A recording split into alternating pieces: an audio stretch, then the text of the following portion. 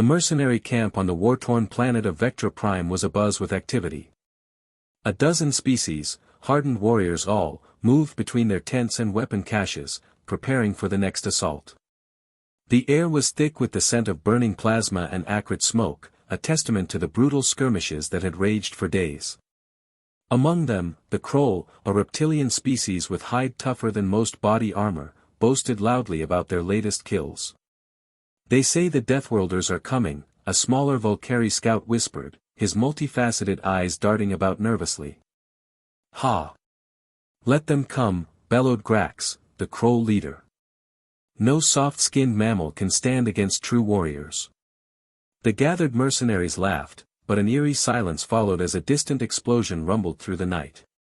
They all turned their heads towards the sound, tension creeping into their movements. The Deathworlders had arrived. The first sign of their presence was the absence of sound. No battle cries, no war horns, just the cold embrace of silence as sentries vanished, their weapons still warm where they had stood. The perimeter sensors detected nothing, yet the campfires began to dim, one by one, as if smothered by an unseen force. Then the screaming started. Grax turned, only to see a Volcari mercenary lifted into the air, choking as an unseen force wrapped around his throat. A flash of metal glinted in the dim light before a human in dark combat gear stepped forward, releasing the lifeless body.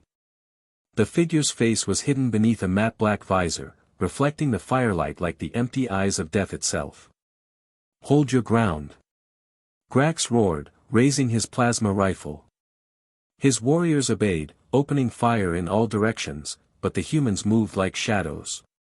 They weaved between the barrage, using the chaos to their advantage. Silent knives found exposed throats, suppressed rounds tore through armor, and in the space of mere seconds, half the camp was in disarray. One of the mercenaries, a hulking Tarvash with armored plating thicker than most tanks, charged at a Deathworlder operative. The human sidestepped with fluid precision, planting a device onto the Tarvash's chest.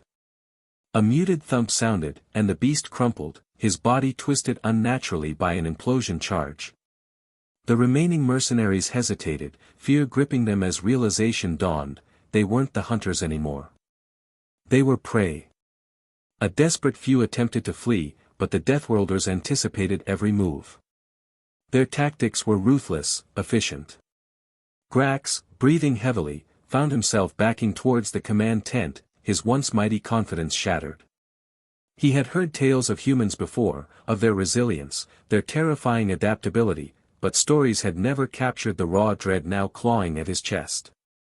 A voice, distorted and cold, spoke through his communicator. "Surrender, and you might live." Grax snarled. He was a warrior. He would not cower before these soft-skinned nightmares. He gripped his plasma rifle and spun, firing wildly, only to find his shots hitting nothing but air. A sharp pain exploded at the base of his skull, and darkness swallowed him whole.